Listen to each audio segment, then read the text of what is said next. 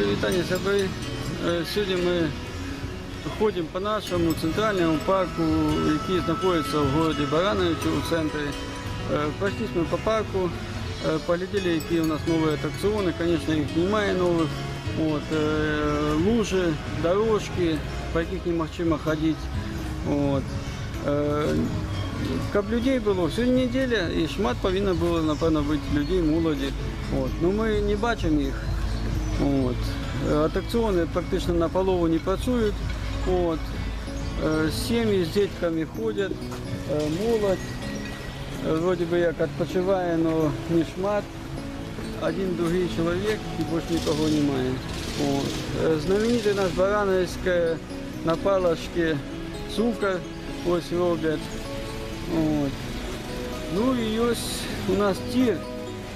Но тоже ніхто не хоче вчитися стріляти, тому що ми не хочемо, щоб була війна в цій країні. От.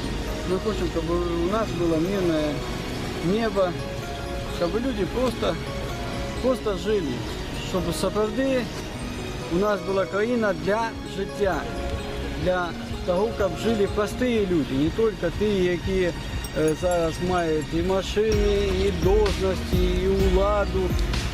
І вони над людьми здихаються, проводять експерименти. Ось.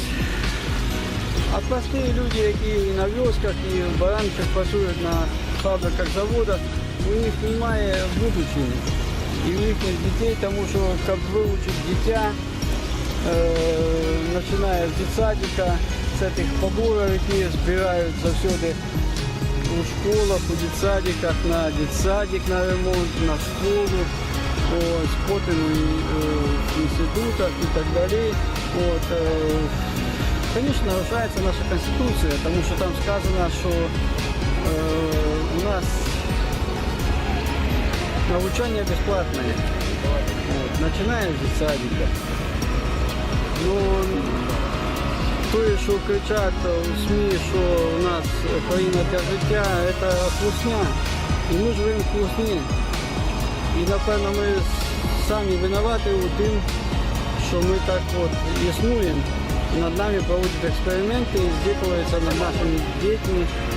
От, і ми за цим погоджаємося.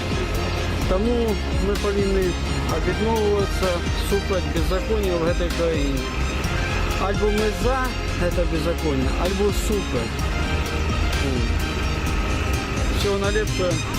Живи Білорусь.